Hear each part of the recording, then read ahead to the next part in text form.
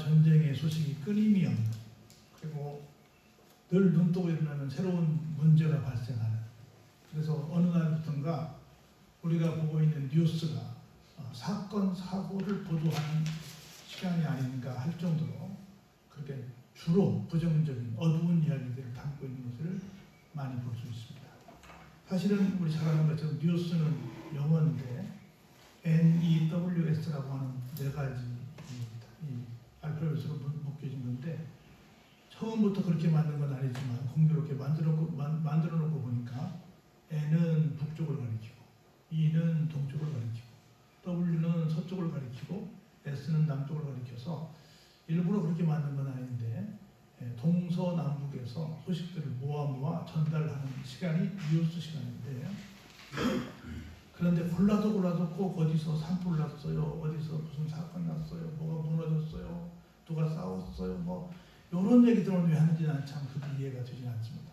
그런데 주로 사람들이 접하는 소식들은 그런 것이에요. 오늘 열왕기 4장에서도 그런 말씀들이 나와요. 몇 가지 기적이 소개되고 있는데, 사실은 기적은 언제 났어요? 어떤 문제가 있을 때, 문제가 해결될 때마다 그걸 뭐라고 말해요? 기적이라고 해요. 그러니까 기적이란 말은 좋긴 한데 사실은 기적 이전에 뭐가 있었다? 문제가 있었다는 거예요. 특별히 여기 북이스라엘의 상황을 말하는데, 이 당시에 영적으로 아주 어두운 상태에 있었는데, 그래서 나라에 대한 얘기를 쭉 하다가 갑자기 전환이 되는데, 어떻게 되냐면 한 개인사로 갑자기 카메라가 주면이 됩니다. 오늘 어떤 얘기로 우리에게 은혜를 주시는지를 생각해 보시면서, 하나님은 우주적인 하나님이시고, 그리고 또 이렇게 어떤 국가적인 그런 큰 일을 다루기도 하시지만, 특별히 이렇게 세세하게 개인적인 문제에 간섭하시는, 개입하시는, 그 문제를 풀어주시는 그런 세심한 하나님이심을 다시 한번 깨닫고, 오늘 내가 한 개인이지만 나에게도 하나님 찾아오셔서 내가 갖고 있는 기도 제목에 응답하시는 분이심을 믿고 이 시간 귀한 은혜 받는 시간 되시길 주의 이름으로 축복합니다. 이런 얘기로 얘기가 시작이 돼요. 북왕국 이스라엘에서 벌어진 일인데요. 하루는 엘리사 선지자, 여러분이 잘 아시는 것처럼 엘리야 선지자가 있지요. 엘리야 선지자 바로 직속인 엘리사인데, 엘리사 선지자가 수넴이라고 하는 동네에 이르게 됩니다. 이스라엘 북쪽쯤 되는데요. 그곳에 갔는데 한 번은 어느 날 한 귀한 여인이 옵니다. 그래가지고 늘 엘리사 선지자가 그쪽으로, 지금 갈멜산에 있었던 사람인데 이쪽으로 가는 걸 알고 와서는 간권합니다. 간절히 권면을 해요. 그리고는 선지자님, 그냥 지나가지 마시고 시간 되시면 저희 집에 오셔서 음식을 좀 드시고 가시죠. 이게 근데 한두 번이 아니라 지나갈 때마다 그렇게 해서 일부러 엘리사 선지자가 그리 코스를 정한 건 아닌데 그리 가게 돼서 갈 때마다 음식을 먹으러 그리로 가는 그런 일이 생기게 된 그 집과 엘리사 선지자의 관계가 여기서 소개가 되고 있습니다. 그래서 이스라엘이 크게 말하면 밑에 지방은 유대 지방이고, 북부 지방은 갈릴리 지방이고, 그 중부 지방이 사마리아 지방인데, 그 갈릴리 지방하고 사마리아 중간, 그 중간쯤에 있는 동네가 수넴이라는 동네예요. 그리고 이스라엘 북쪽에 있는 동네구나, 이 정도 여러분이 생각하시면 됩니다. 수넴은 여러분이 아시는 것처럼 여러 가지 소문이 많이 있는데, 그 여러 가지 중에 하나가 미인이 많은 동네로 소문이 났어요. 그래가지고 여러분 나중에 그 다윗이 늙어서 막 추웠잖아요. 아무리 뭘 덮어도 안 되니까 동료를 넣었는데, 그때 이제 얻은 사람이 아비삭이잖아요. 아비삭이 여기 출신이에요. 그래서 블레셋 군대의 전지였고, 그리고 여러 가지로 얘기 많이 할 수 있는 동네이긴 한데, 특별히 미인이 많은 동네로 소문난 그런 곳입니다. 그래서 이게 여러분 엘리사는 여러분 잘 아시는 것처럼 아까 얘기했듯이 엘리야 선지자의 바로 직속 후계니까 북쪽에서 활동하는 분이었다 이렇게 아시면 되겠고요. 그래서 이런 엘리사가 있었던 시절에 지금 수넴이라는 동네에서 이름이 밝혀지지 않았던 한 여인에 대한 얘기가 소개되고 있는 겁니다. 그래서 늘 엘리사 선지자가 지나갈 때마다 식사를 드렸는데, 어느 날 남편에게 이 여인이 이렇게 말합니다. 항상 우리 집 앞을 지나가시면서 우리 집에 식사하시는 이분은 내가 알기로 하나님의 거룩한 사람인 줄로 알고 있습니다. 이렇게 말합니다. 그러니까 상당히 부인이 하는 말을 남편이 굉장히 신뢰했던 것으로 보여져요. 부인의 판단을 그래? 라고 인정해주는 뭐 옛날에는 우리가 미안하지만 여자들이 뭐라고 하는 거 당신이 뭘 알아? 당신이 뭐 바깥을 어떻게 하면 좀 무시하고 그럴 때가 있었어요. 지금은 그런 거 하려지만 옛날에는 그랬는데 여기서는 부인이 그렇게 말해도 그래요? 그렇게 그 말을 수긍을 하는 그런 좋은 부부 관계가 됐어요. 그러면서 부인이 한마디 더 꺼냅니다. 내가 한 가지 요청할 것이 있는데 여러분 우리 그러지 말고 우리 저쪽 담장 쪽에 좀 이렇게 좀 잘 꾸미면 방 한 칸 나올 것 같은데 그 담장 위에다가 작은 방 하나 좀 꾸밉시다 그렇게 말합니다. 처음부터 크게 꾸미자고 반대할 것 같으니까 작게 꾸미자고 얘기해요. 그리고 그 방을 꾸며서 거기다가 뭘 넣자고요? 침상도 넣어드리고 책상도 넣어드리고 의자도 넣어드리고 또 밤이 되면 또 어두우니까 촛대도 넣어드려서 좀 거기 와서 뭐 식사만 하고 지나가지 않고 때로는 주무시기도 하고 또 설교 준비도 하고 거기서 뭐 충분히 이렇게 목회를 하시다가 준비하다가 가실 수 있도록 아예 그런 방을 하나 만들어 드립시다. 뭐 남는 방 뭐 드린 게 아니라 아예 새롭게 방을 하나 드립시다. 이렇게 얘기를 했어요. 그래서 결국 남편이 어떻게 했어요? 그럽시다 하고는 집을 다 지었어요. 방을 다 지어가지고 엘리사가 드디어 지나가서 밥만 먹는 게 아니라 그 집에 가서 눕게 됐습니다. 그 방에 들어가서 하루는 이렇게 누워있는데 사람이 조금 마음이 좀 그렇잖아요. 신세만 지고 살면 되나? 내가 뭐 신세를 졌으면 신세를 갚아야지 하는 마음이 들었어요. 그래가지고 게하시에게 사와나 가서 여인 좀 불러와라. 그래서 여인이 왔습니다. 그러면서 이렇게 말해요. 내가 우리를 위해서 당신이 뭘 해줬다? 세심한 배려를 해줬다. 여러분 배려만 해도 우리를 위해 배려해줬다는 말도 좀 고마운 말인데 어떻게 했다고요? 세심한 정말 하나하나 막 세심하게 배려를 해줬다 이렇게 말을 해요. 저는 이 대목에서 옛날 제가 그런 적이 나요. 신학교 4학년 때 제가 서울에서 남양주로 들어가 살았던 적이 있었어요. 어떻게 하다 보니까 오갈 데가 없어서 얻게 됐는데 그 당시에 신내동에 가면 육사 가기 전에 신내동에 가면 10만 원에 3만 원짜리 사거리서가 있다고 해서 그래가지고 그러니까 방으로 들어갔더니 부동산 사는 말이 10만 원에 3만 원에 살고 있는 사람들이 있는데 지금 그렇게 나온 방은 없다고. 여기서 버스를 한 번만 타면 육사 지나서 퇴계만 지나서 남양주로 가는 곳에 서울하고 붙어있지만 서울버스 왔다 갔다 하지만 그래도 경기도에 그런 시골이 있으니까 가서 물어보는 그런 방이 있지 않을까요? 해가지고 소개를 해서 무조건 버스를 타고 가다가 전혀 모르는 처음 가보는 동네인데 어디서 내렸을까요? 길에서 보이는 교회가 있는 동네에 내렸죠. 그래서 무조건 내렸어요. 해가지고 물어보니까 진짜 그런 방이 있어요. 그래서 그렇게 얻기로 했더니 그리고 이제 교회로 가서 목사님한테 목사님 나 이 동네 와서 산다고 이렇게 방을 좀 알아보고 왔습니다. 무슨 말씀이세요? 우리 동네에 우리 성도님도 방을 내는 데가 있는데 그 집을 얻으시죠. 그 집은 안 믿는 집인데 왜 꼭 그리 가라고 했어요? 그래서 그래요. 그럼 내가 양해를 구하고 성도님 집으로 가지요. 그래가지고 성도님 집에 가서 살게 됐어요. 그러다가 이런저런 일이 많이 있었는데 나중에 처음에는 제가 하숙을 했는데 나중에는 자취를 하게 됐는데요. 사람이 여러 쏟다 보니까 장병들이 여럿이 살다 보니까 늘 부족했어요. 근데 우리 학교를 갔다 오면 항상 쌀통에 쌀이 들어있고 김치통에 김치가 들어있는 거예요. 누가 그랬을까요? 그 주인집 집사님이 하는 거예요. 지금 권사님이 두셨는데 그렇게 해요. 그분이 아들이 소를 먹이는 조그만 소농장 집이었어요. 나중에 지나고 그분이 그런 말씀하세요. 전사님 그래서 내가 전도했으니까 그래서 내가 지나는 거 보니까 그때 우리 소가 제일 잘 됐어요. 그때 그 농장이 그때 제일 잘 됐대. 막 그 젊은 전사들이 가서 막 씹어서 했으니까. 근데 참 얼마나 그 아들 같은 사람들이 와가지고 있으니까 얼마나 그 엄마의 마음으로 그랬겠어요. 근데 다 그렇게 챙겼던 그런 그 권사님 마음이 눈이 지금 그분의 모습이 지금 눈에 너무 선해요. 비슷한 것 같아요. 세심한 배려. 뭐가 없을까 하고 보고 떨어졌으면 갖다 넣는 그런 이 모습을 보였어요. 그런데 그걸 저도 지금도 너무 고마워하고 있는데 그래서 그 엘리사 선지자도 내가 그냥 꽁밥만 먹긴 그렇다. 내가 그냥 여기서 그냥 자기 그렇다. 내가 무엇을 해줄 수 있는 것이 있을까? 사실은 내가 말이야 잘난 척을 하는 건 아니지만 내가 왕하고도 좀 친해.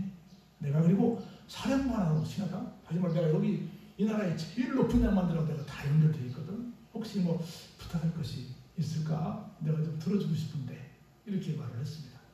그런데 뭐라고 말해요?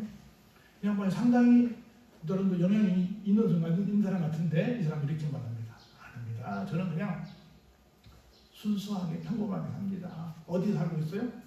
백성 중에 살고 있어요. 내가 무슨 뭐 고관대학도 아니고 내가 어디 가서 뭐 이렇게 부탁해가지고 뭐 내가 적자거나 뭐 특별히 있다고 알겠지만 이 사람이 자식이 있어요 없어요?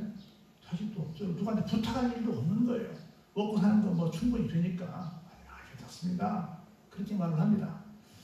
그래도 엘리사는 그래도 뭔가 이 집에 필요한 것이 있을 텐데 하고 늘 생각을 했어요. 그래가지고 어떡할까 고민하니까 그 사환인 게하시도 함께 고민을 합니다. 그러다가 살짝 귀띔을 해줘요. 선지자님, 제가 봐도 이 집은 뭐 돈이고 뭐고 필요한 게 별로 없을 것 같아요. 아주 부잣집입니다. 그런데 제가 가만히 보니까 한 가지 좀 부족한 것이 있는데 자식이 없네요. 그래서 이 집에 좀 이제 다들 늙어가니까 아들 하나 두어서 후사를 통해서 이렇게 좀 배를 물려가야 될 텐데 제가 볼 때는 그게 좀 걱정이 되네요. 라고 생각을 이렇게 전달을 했습니다. 게하시도 주인의 마음을 알고 무엇이 필요할까 연구를 한 거예요. 그래서 뭘 줄까라고 생각하는 겁니다. 그래가지고 다시 그럼 빨리 불러오라고 불러왔어. 그래서 다시 또 왔어. 아니 바쁜데 왜 자꾸 오라고 하십니까? 할 만도 한데 또 오니까 이렇게 말했어요. 됐든 그냥 무조건 하고 내년 이맘때면 당신이 뭘 안을 것이다? 아들을 낳을 거예요. 밑도 끝도 없이 내년 아들을 낳을 것이다. 그러니까 뭐라고 말해요? 아이고 이 계집종을 속이지 마세요. 지금 제 남편이 할아버지예요. 내 남편이 아들을 가질 수 줄 수 없고요. 나도 안 됩니다. 그렇게 말했어요. 마치 누구의 반응과 똑같아요? 이삭의 엄마 사라의 반응과 똑같은 거예요. 이 계집종을 속이지 마세요. 근데 진짜 어떻게 됐습니까? 정말 잉태를 하게 됐습니다. 그리고 1년이 지나서 엘리사가 그 여인에게 말한 대로 어떻게 됐어요? 딸도 아니고 아들을 낳았습니다. 할렐루야. 그렇게 정말 선지자가 뭐든 좀 주고 싶었으니까 그게 실제 이루어졌어요. 여러분 이런 얘기가 하나 있어요. 어떤 한 남자가 있었는데 지병으로 내가 이 정도 질병 상태면 오래 못 살 것 같다. 그래가지고 내가 다 모든 걸 정리해야지라고 생각을 하고 다 살림을 정리를 했어요. 그리고 마지막 자기가 유산을 남기는 것부터 시작해서 마지막 자기 장례식 절차를 변호사를 불러서 다 써가지고 마지막 유언장을 딱 써놓고 정말 얼마 안에다가 죽었어요. 여러분 죽는 사람은 자기 죽는 거 안다 그러잖아요. 죽었어요. 그래가지고 이 장례 예식을 맡은 변호사가 이 친구가 이렇게 세상을 떠게 됐는데 장례 예식을 합니다. 근데 불가피하게 새벽 시간에 장례 예식을 거의 나오니 이 초청장을 받으시는 분들 오셔서 장례식에 오셔서 좀 조문해 주시면 고맙겠습니다. 그럼 초청장을 다 보냈어요. 그랬더니 굉장히 많은 친구들이 다 그걸 받았는데 새벽에 딱 와서 보니까 딱 4명만 왔어요. 아이고 새벽부터 귀찮게 딱 빨리 조금 더 자고 출근해야 되는데 이런저런 핑계를 대고 아무도 안 오고 딱 4명만 왔어요. 장례식이 다 끝나고 드디어 이제 유언함을 열어서 유언장을 딱 공개를 했습니다. 거기 뭐라고 써있는지 아세요? 나의 전 재산은 장례식에 참석한 사람들에게 고루 나누어 주시기 바랍니다. 몇 명이 받았어요? 네. 4명이 받았어요. 끝까지 정말 친구라고 살아있을 때는 막 부자니까 그렇게 했었는데 정말 죽고 나니까 그냥 말아버렸던 사람들은 혜택이 없었어요. 끝까지 그 고마운 마음을 표현하고자 하는 그 마음, 엘리사의 마음이 보입니다. 그렇게 해서 아들을 얻었는데 얼마나 좋아요? 사랑하는 성도 여러분, 하나님께는 절대 어떤 헌신이 우리 늘 하는 말이지만 공짜가 있다 없다? 공짜가 없어요. 특별히 주의 중에 기도가 나오고 그렇게 뭘 해주고 싶은 마음이 든다고 한다면 틀림없이 뭔가 역사가 있을 줄 믿습니다. 그렇게 했어요. 그 아이가 무럭무럭 자라서 어느 정도 좀 큰 아이가 됐습니다. 이제 외출도 하게 됐어요. 어느 날 조금 있으면 가을이 올 텐데 가을이 왔어요. 수습대가 됐습니다. 그래서 자기도 어느 정도 컸으니까 아빠가 어디서 일하시지? 우리 집 머슴들은 어떻게 일하고 있지? 하고는 추수하는 그 광경으로 그 위에 쫓아갔어요.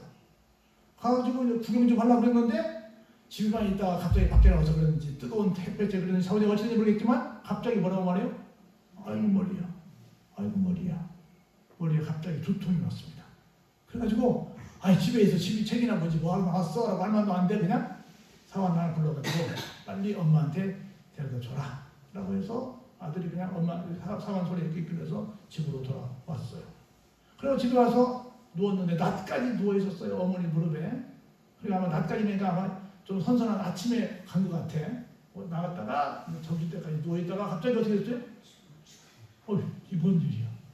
하나님께서 축복하셔서 나간 아들인데. 그만 잠깐 추수하는 현장에 갔다가 그냥 죽어버렸어요. 너무 놀랐어요. 얼마나 이 엄마가 정말 절대로 얻을 수 없을 거라고, 내 생에는 절대로 후사가 없을 거라고 생각했는데 얻은 아들인데 얼마나 귀한데 얼마나 충격을 받았겠어요. 이대로 포기할 수가 없는 거야. 그래서 남편에게도 말하지 않고 아무에게도 말하지 않고 어떻게 해요? 아이를 안고 이 선지자의 방으로 갑니다. 선지자 집 없으니까 선지자가 침상에다 눕혀놓고 남편을 불러서 이렇게 말합니다. 나에게 사환 한 명하고 나귀 한 마리를 주세요. 내가 지금 하나님의 사람에게 다녀오겠습니다. 라고 말을 합니다. 그럼 남편이 말해요. 지금 월삭을 드리는 초하루도 아니고 안식일도 아니고 뭐 특별한 절기도 아닌데 어쩐 일로 가려고 그럽니까? 그랬더니 그냥 뭐 갑자기 안부가 궁금해서 평안을 빌러 잘 계신가 다녀오려고 합니다. 그래요? 그럼 갔다 다녀보시오. 그렇게 말했어요. 무슨 말을 해도 이 둘의 관계가 얼마나 좋은지 몰라요. 그냥 부인이 그냥 하던 대로 그렇게 하세요. 그렇게 했습니다. 나귀의 안장을 지우고 자기 사원에게 먼저 가라고 얘기를 합니다. 그리고는 내가 말하지 않거든 나를 위해서 괜히 뭐 어디 많이 괜찮으세요? 뭐 좀 묻지도 말고 그냥 멈추지 말고 어때요? 선지자가 있는 곳까지 달려가라고 말을 합니다. 사랑하는 성도 여러분, 어떤 문제가 생겼을 때 물론 우리가 상의할 사람들이 얼마나 많이 있어요. 근데 제일 먼저 누구한테 가자? 하나님의 사람에게 가자. 뭐부터 하자? 하나님께 먼저 기도부터 하자는 거죠. 그래서 지금 조금 내려오면 갈멜산인데 갈멜산으로 막 질주합니다. 막 가는데 이때 마침 이 엘리사 선지자하고 이 게하시가 밖에 나와 있었어요. 그렇게 보니까 산에 갈멜산이니까 산에 올라오는 거 아니에요. 올라오는 게 보니까 아는 사람이야. 자세히 보니까 누구예요? 지금 수넴에 있어야 될 그 부인이 오고 있네. 그래가지고 야, 저 부인이 온다. 뭔 일인가? 빨리 가서 맞아라. 그래가지고 수넴 여인은 평안한지, 남편은 평안한지, 아이는 평안한지 가서 물어봐라. 그거 좀 잘 모시고 오너라. 뛰어갔어요. 그래서 막 같은 얘기를 부르는데 오자마자 어떻게 해요? 갑자기 앞에 꼬꾸라지더니 막 이 제사장이 막 이 선지자의 발을 안고 막 늘어집니다. 깜짝 놀라가지고 이게 뭔 일이냐고 게하시가 말리자고 합니다. 게하시를 말리는 게하시에게 가만히 들어. 뭔가 좀 정말 안타까운 괴로운 사연이 있는 것 같은데 하나님이 나한테 안 알려주셨으니까 직접 얘기를 들어보자고 뭔 말하는지 이렇게 얘기를 합니다. 그래서 이제 좀 진정을 하고 얘기를 해요. 여인이 이렇게 말합니다. 내가 언제 아들 달라고 했습니까? 줬으면 건강한 튼튼한 오래 살려고 해야지. 내가 말도 안 하는 게 좋았고 갑자기 데려가면 나도 어떡하랍니까? 이제 막 한 소연을 했어요. 그랬더니 이게 보니까 이제 그냥 죽게 놔둬서는 안 되겠다고 생각이 든 거예요. 그래가지고 게하시에게 즉시 명령합니다. 넌 허리를 묶고 내 지팡이를 들고 지금 즉시 아이가 누워있는 곳을 향해서 달려가라 라고 말합니다. 어떻게 달려가라고 그래요?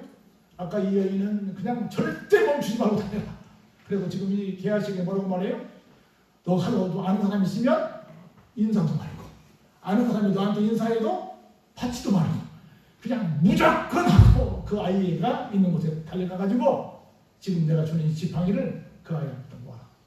그것만 해서 너도 인사도 하지도 말고 받지도 말고 그냥 뛰어서 그 아이 있는 곳까지 지팡이를 들고 뛰어라고 말을 했습니다. 근데 열심히 뛰었어요. 그랬더니 이제는 이제 아이만 가면 그 지팡이만 들 줄 알고 지팡이만 버리고 말라나 하니까 이 여인이 그것과는 성이 안 차는 거예요. 뭐라고 말해요? 하나님의 살아계심과 당신의 살아계심을 두고 내가 명세하는데 내가 당신을 안 떠날 것. 하지만 당신이 안 가면 내가 그래서 꼼짝도 안 하겠습니다. 당신이 직접 가야 됩니다. 당신이 줬으니 당신이 책임주세요. 그 말이에요. 그래가지고 엘리사가 아이고야 뭐 게하시랑 보내고 안 되겠다 해서 같이 따라 나서게 됩니다. 게하시가 그들보다 먼저 앞서 갔어요. 그러고는 게하시가 그 지팡이를 그 아이의 얼굴에 손을 딱 놓았어요. 그럼 잘 생각하면 이게 우리 능력의 선지자 엘리사 선지자의 지팡이니까 얼굴에 놓으면 뭔가 일이 생길 줄 알았습니다. 그래가지고 딱 놓았는데 보니까 소리도 없고 듣지도 않고 아무런 문제가 없는 아무런 어떤 미동도 없는 거예요. 나와가지고 아기가 안 깨는데요. 그 지팡이 아무 소용이 없는데요. 라고 말을 합니다. 그래가지고 엘리사가 집에 들어가서 보니까 어떻게 되어 있어요? 아기는 죽어 있습니다. 그럼 어디 있어요? 자기가 누웠던 침상에 그냥 누워 있는 거예요. 들어가서는 문을 닫습니다. 몇 사람밖에 없어요? 지금 누워있는 아이하고 엘리야 선지 두 사람만 있습니다. 하나님 앞에 엘리사가 열심히 기도합니다. 그럼 이렇게 해요. 아이 위에 올라가서 엎드립니다. 그리고 자기 입을 그의 입에 대고요. 자기 눈을 그의 눈에 대고 자기 손을 그의 손에 대고 그의 눈에 엎드렸더니 어떻게 됐어요? 갑자기 아이의 살이 조금씩 따뜻해지기 시작합니다. 그러고는 엘리사가 다시 내려와가지고 집 안에서 한번 이리저리 다니다가 다시 아이에 올라가서 똑같이 했어요. 그때 어떻게 했어요? 엘리야가 갑자기 지금 선생님 기침하는 것처럼 콜록콜록 기침을 몇 번 해요? 7번을 합니다. 그러더니 갑자기 눈을 번쩍 뜨게 됩니다. 살아났습니다. 할렐루야? 살아났어요. 여러분 이런 얘기가 하나 있어요. 태어난 지 며칠 안 된 쌍둥이가 갑자기 쌍둥이 한 아이가 심장에 큰 문제가 생겨가지고 의사들은 하나는 살릴 수 있겠는데 하나는 포기해야 되겠네 라고 생각을 하게 됐어요. 막 부정해주고 막 아주 심장이 난리가 났습니다. 그러다가 어떡할까 인큐베이터에 있는 아이들을 어떡하지 하다가 한 간호사가 이렇게 얘기를 합니다. 그러면 건강한 아이를 한 인큐베이터에 같이 넣읍시다. 원래 따로따로 이렇게 해야 되는데 같이 넣읍시다 이렇게 했어요. 그랬더니 그런 사례가 없는데 법적으로도 안 맞는데 근데 뭐 어차피 지금 크게 아주 위험한 상태니까 그렇게 합시다 했어요. 그 애를 집어넣었어. 근데 건강한 아이가 조금 있다가 갑자기 아이를 싹 이렇게 안는 거예요. 자기 그 동생을 안는데 희한한 일이 생겼습니다. 조금 있다가 맥박이 정상대로 뜹니다. 전체적으로 다 하나씩 수치가 금방 막 그야말로 꼴딱꼴딱 했는데 돌아옵니다. 그래서 그 아이들이 둘 다 건강한 아이들로 표현했다고 하는 보고가 있는 거예요. 이렇게 포옹이 우리 뭐 어디 길거리에서 안아드립니다 이런 거 있지 않습니까? 이렇게 대단한 역사를 일으키는데 비슷한 사건이 여기서 난 것 같아요. 그래가지고 엘리사가 게하시를 불러서 빨리 수냄 여인을 불러오라고 합니다. 여인 들어가서 보니까 어때요? 아이가 살아났습니다. 그래서 이 아들을 데리고 가라고 합니다. 그랬더니 어떻게 했어요? 여인이 들어가서 엘리사의 발 앞에서 땅에 엎드려서라고 아들을 안고 나가게 되었다라고 합니다. 일반적인 아줌마 같으면 어떻게 했어요? 일반적인 엄마 같으면 어떻게 했어요? 애기만 안고 달려치겠지. 아기가 살았다고 막 그러겠지. 그런데 아기가 얼마나 아기를 안아보고 싶겠어요. 얼마나 아기부터 확인해보고 싶겠어요. 그런데 뭐부터 했어요? 먼저 인사부터 했어요. 그런 큰 기적이 나왔다. 그 말입니다. 여기까지 오늘 여러분 본문의 말씀이 되는 거예요. 사랑하는 성도 여러분, 제가 모두의 말씀을 드렸던 것처럼 하나님은 나라를 굉장한 850대 1로 싸우고 이런 어마어마한 일을 하면서도 어디까지 간섭하신다? 그렇게 작은 한 가정의 일까지도 간섭하신다. 개입하신다. 근데 어떤 데 이런 기적이 왔다는 거예요? 세심한 배려를 할 때. 어떨 때? 하나님의 종을 알아봤을 때. 그리고 문제가 됐을 때 먼저 하나님께 뭐 하실 때? 기도했을 때. 그때 이런 기적이 나타나게 됐다는 거. 그래서 저 사람 우리 고넬료 그 백부장의 그 밑에 부하를 건질 때도 그렇게 했잖아요. 많은 사람들이 가지고 저 사람의 부탁은 들어줘야 된다고 했잖아요. 그런 것처럼 정말 누가 봐도 저 사람의 기도는 들어줘야 돼 하는 그런 심성을 갖는 게 얼마나 중요한지 몰라요. 이 누군지는 밝혀지지 않았지만 그런 마음으로 살았다는 거예요. 그래서 하나님께서 역사를 일으키는 사람들은 하나님을 향한 어떤 마음을 갖고 살 거냐. 우리 마음이 수렘 여인처럼 정말 늘 하나님의 영광을 위해서 뭔가 쓰임받고자, 뭔가 좀 세심한 배려를 하고자, 그런 마음 갖고 살아가는 우리 모두가 되어서 우리의 삶의 때문에 날마다 기적의 자리가 되길 주의 이름으로 축원합니다. 아멘. 은혜가 풍성하신 아버지 하나님, 감사와 영광과 찬양을 올려드립니다. 우리에게 은혜 주셔서 항상 우리의 마음이 하나님께 향하게 하시고 모든 일을 향해서 세심한 배려를 하는 성숙한 마음을 갖게 하여 주옵소서. 감사하고 축복하며 고마우신 예수 그리스도 이름으로 간절히 기도드리옵나이다. 아멘.